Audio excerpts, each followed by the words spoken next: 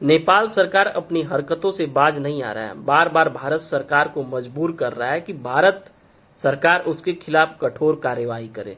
जैसा कि कुछ दिनों पहले एक विवादित नक्शा जारी कर देता है, भौगोलिक और राजनैतिक। उस नक्शे में लिपुरेख और काला पानी को अपना हिस्सा बता देता है, नेपाल का हिस्सा बता देता है। नमस्कार, मैं आशीष शुक्ला और आप देख रहे हैं हमारा YouTube channel journalist Ashish Shukla. नक्शे के बाद एक घटना घटित होती है, एक भारतीय युवक की हत्या कर दी जाती है भारत नेपाल बॉर्डर पर। उसके बाद अब इसकी जो अगली कार्यवाही है वो मैं आप लोगों को बता रहा हूं। नेपाल सरकार ने अब जो बांध का मरम्मत का कार्य अब उसको ही रोक दिया है। भारत के साथ सीमा विवाद के बीच नेपाल सरकार बिहार को परेशान कर रही है। नेपाल सरकार ने पूर्वी चंपारण के ढाका अनुमंडल में लाल बकेया नदी पर बन रहे तटबंधन के पुनर्निर्माण कार्य को रोक दिया है। बिहार के जल संसाधन मंत्री संजय कुमार झा ने बताया कि नेपाल गंडक बांध के लिए मरम्मत कार्य की अनुमति नहीं दे रहा है, जबकि लाल बकेया नदी नो मैस लैंड का हिस्सा है। इसके अलावा नेपाल ने कई स्थानों पर मरम्मत के कार्य को रोक दिया है। पहली बार हम लोगों को ऐसी समस्या का सामना करना पड़ रहा है। हम मरम्मत कार्य के लिए सामग्री नहीं पहुंचा पा रहे हैं। संजय झा ने आगे कहा कि अगर हमारे इंजीनियरों के पास बाढ़ से लड़ने वाली सामग्री नहीं पहुंची तो बांध के मरम्मत का काम प्रभावित होगा। अगर नेपाल में भारी बारिश के कारण गंडक नदी का जलस्तर बढ़ता है तो ये गंभीर समस्या पैदा कर देगी। बिहार सरकार के मंत्री ने कहा कि गंडक बैराज के 36 द्वार हैं, जिसमें से 18 नेपाल में हैं। भारत के हिस्से में पहले से 17वें फाटक तक के बांध की हर साल की तरह इस साल भी मरम्मत की जा चुकी है। वहीं नेपाल के हिस्से में पड़ने वाले 18वें से लेकर 36वें फाटक तक बने बांध की मरम्मत नहीं हो सकी है। नेपाल बांध मरम्मत के लिए सामग्री ले जाने नहीं दे रहा है। नेपाल उस क्षेत्र में अवरोध डाल दिया है, ऐसा पहले कभी नहीं हुआ था।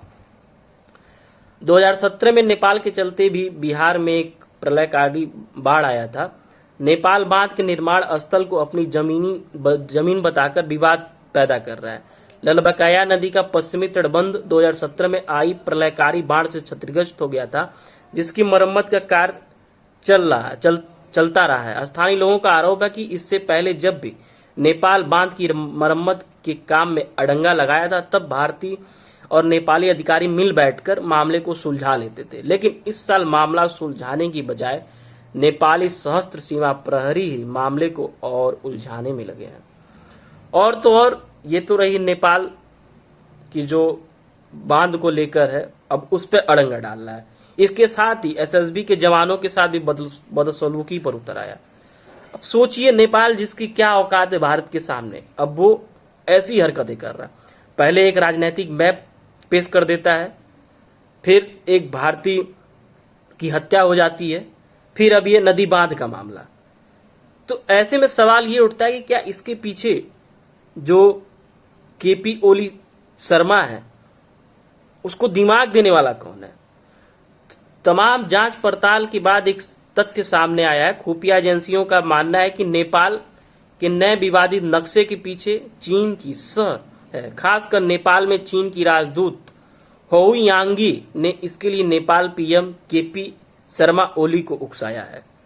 नक्शे को अपनी मंजूरी दे दी है। इसके बाद नेपाल, जैसा कि मैं आपको बता दूं कि जो चीन की राजदूत वहां पे नियुक्त करके हैं होउ यांगी, वो सुनने में यह आ रहा है कि खुफिया सूत्रों के हवाले से पता चल रहा है कि केपी शर्मा ओली या फिर केपी ओली शर्मा, दोनों नाम इनका देखने को मिलता है, उनको उकसाने में चीन के इस राजदूत का बहुत बड़ा योगदान है। और टोटल जितनी भी ये केपी शर्मा ओली कर रहे हैं, टोटल उसी के कहने पर कर रहे हैं।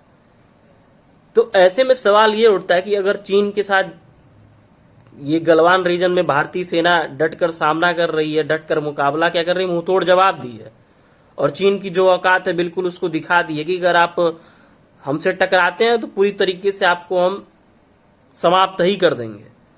अब ऐसे में सवाल ये उठता है कि जब नेपाल का उसका अपना जो इस समय दादा बना बैठा है, अगर वही पूरी तरीके से परास्त हो जाता है तो नेपाल की स्थिति क्या होगी? और नेपाल जो इतने अड़ंगे डालने की कोशिश कर रहा है भारत के साथ। अगर नेपाल आप देखेंगे तो भारत के विभिन्न हिस्सों में नेपाली बसे हैं, किसी भी हिस्से में आप चले जाइए आपको नेपाली जरूर दिख जाएंगे, और उनको पूर्ण स्वतंत्रता है, वो बड़े आराम के साथ भारत में रहते हैं और तमाम चीजें, मतलब कोई दिक्कत का सामना उनको नहीं करना पड़ता है। एक बिल्कुल आम नागरिक की तरह, जैसे भारतीय नागरिक रहते हैं वैसे नेपाली नागरिक भी पूरी तरीके से सुविधा का लाभ उठाते हैं।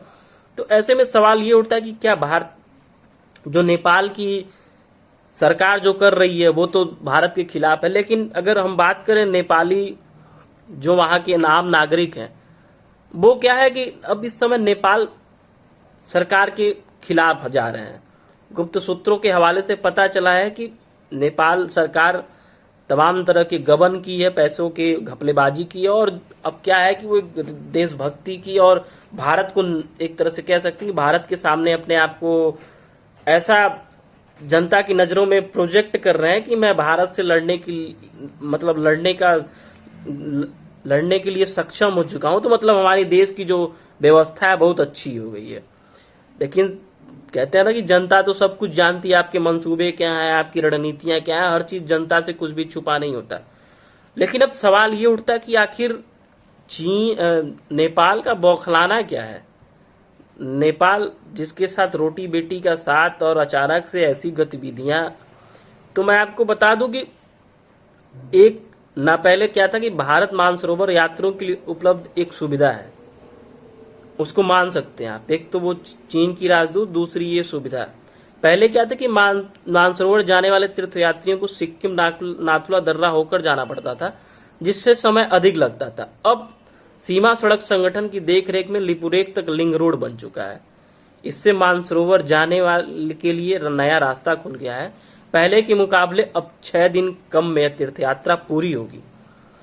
इससे भारतीय सीमा के अंदर ही बनाया गया है इसे, मगर हाल ही में नेपाल जो अपना जो राजनीतिक नक्शा पेश किया है उसका कारण कहीं ना कहीं, और नेपाल की बौखलाहट का कारण ये रोड भी है।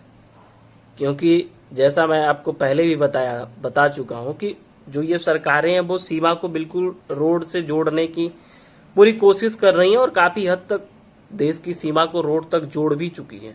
तो ये सरकार के एक सराहनीय फैसला है। तो ऐसे में नेपाल, चाइना, जैसा कि मैं आपको पहले भी बता चुका हूं, चाइना का धीरे धीरे नेपाल के ऊपर आधिपत्य हो रहा है। और आप जब देखते हैं कि जब कोई सरकार किसी अन्य सरकार की गुलाम होती है तो पूरी तरीके से जो जिसकी गुलामी करती है उसी का जो कहा सुना मानती है। नेपाल के ओपी ओली शर्मा को तो अब इतना पता नहीं है कि हमारे आने वाली स्थिति क्या होगी। अगर भविष्य में भारत कोई कठोर कदम उठा लेता है, एक्शन ले लेता है, तो हमारी जनता भी जाएगी, हम भी जाएंगे, पूरी तरीके से बर्बाद हो जाएंगे। और उसको ये भी पता है कि अगर भारत कहीं ना कहीं अटैक कर देता है तो नेपाल की स्थिति क्या होगी। 10 दिन में नेपाल खत्म, सच्चाई यही है। लेकिन ऐसे में नेपाल को खुद सोचना चाहिए, खुद समझना चाहिए, और सरकारें आती जाती रहेंगी, वहां की जनता को पूरी तरीके से रोड पर आकर विरोध करना चाहिए इस चीज का। क्योंकि उसका क्या है, वो कम्युनिस्ट है, अगर उसको लगेगा कि हमारे ऊपर हमारे जान को खतरा मंडरा रहा है, परिवार सहित भग जाएगा चाइना में, जाके शरण ले लेगा, वो भी कम्युनिस्ट ही है। तो ऐसे में वहां की जनता को रोड पर आना चाहिए, सरकार के खिलाफ प्रदर्शन करना चाहिए कि ऐसी चीजें मत हो जो हमारे देश की जनता के लिए, हमारे देश के लिए जो कहीं ना कहीं घातक साबित हो। तो भारत के साथ अगर पंगा लेता है तो उसकी स्थिति क्या होगी, वो पूरी तरीके से शायद इस अंजाम से वाकिफ नहीं है, नहीं तो ओपी ओली शर्मा ऐसी हरकतें नहीं करता। खैर, फिलहाल भारत सरकार के कठोर कदम के साथ चीन के साथ साथ नेपाल को भी सबक सिखाना चाहिए, और सेना को अगर थोड़ी मोड़ी छूट दे दी जाए तो भारतीय सेना तो एक ही दिन में पहुंच जाएगी काठमांडू तक, और नेपाल को पूरा अपने कब्जे में लेगा। और भारत, अगर कोई भी भारतीय सरकार अगर चाहिए होती, कोई भी सरकार, कि नेपाल को अपने बस में करना, तो नेपाल को हथियाना बहुत अधिक, सब मतलब कह सकते हैं कि नेपाल को अपने बस में करना और नेपाल को हथियाना बहुत बड़ी चीज नहीं थी भारत के लिए, कभी भी नहीं थी।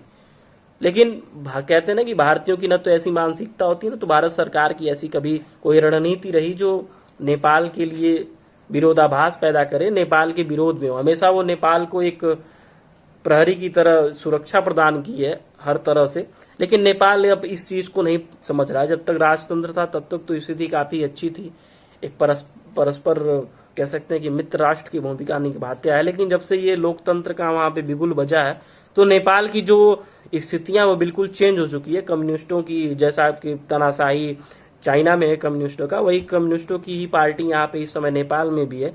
तो ऐसे में स्थिति असामान्य होना, असहज होना स्वाभाविक सी बात है, क्योंकि कम्युनिस्टों का एक इतिहास रहा है कि ये जनता का कभी नहीं सुनते हैं, व्यक्तिगत हित देखते हैं। वही चीन में भी शी जिनपिंग की सरकार करती है, अब वही सरकार नेपाल में ये ओपी ओली शर्मा की सरकार कर रही है।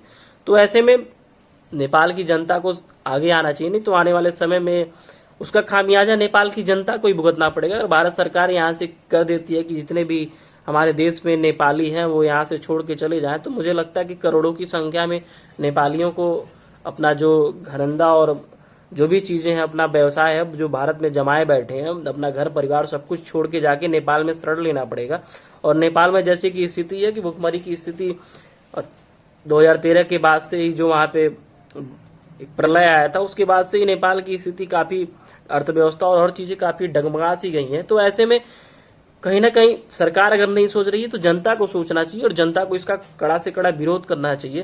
खैर फिलहाल भारत सरकार से एक अनुरोध है कि अब चाइना के साथ साथ नेपाल को भी सबक दे, क्योंकि ऐसे में एसएसबी के जवानों का हम अपमान नहीं बर्दाश्त कर सकते हैं। और जो भी मैं पहले भी बता चुका हूं, जो भी हमारी सीमाएं नेपाल से लगी हुई हैं उसको कहीं ना कहीं पूरी तरीके से सील की जाए, क्योंकि कभी भी किसी भी दुश्मन को कमजोर नहीं आंकना चाहिए। और चीन अगर गलवान रीजन में फेल हुआ है तो वो कोशिश करेगा कि जैसा अभी कल की खबर, आज की खबर है, माफ करिए कल की खबर है, 5 जो आतंकवादियों को घुसाने की फिराक में था पाकिस्तान और इधर नेपाल को। तो ऐसे में नेपाल से भी कोई ना कोई गतिविधियां कराने के लिए चीन उत्सुक होगा और प्रयास उसका लगातार जारी रहेगा। तो ऐसे में सरकार एक कठोर कदम उठाए, पूरी तरीके से सीमा को सील कर दे, नाकाबंदी कर दे, और जो भी स्थितियां हैं उसको साफ करते हुए चीन के साथ साथ नेपाल को भी एक कड़ा सबक सिखाए।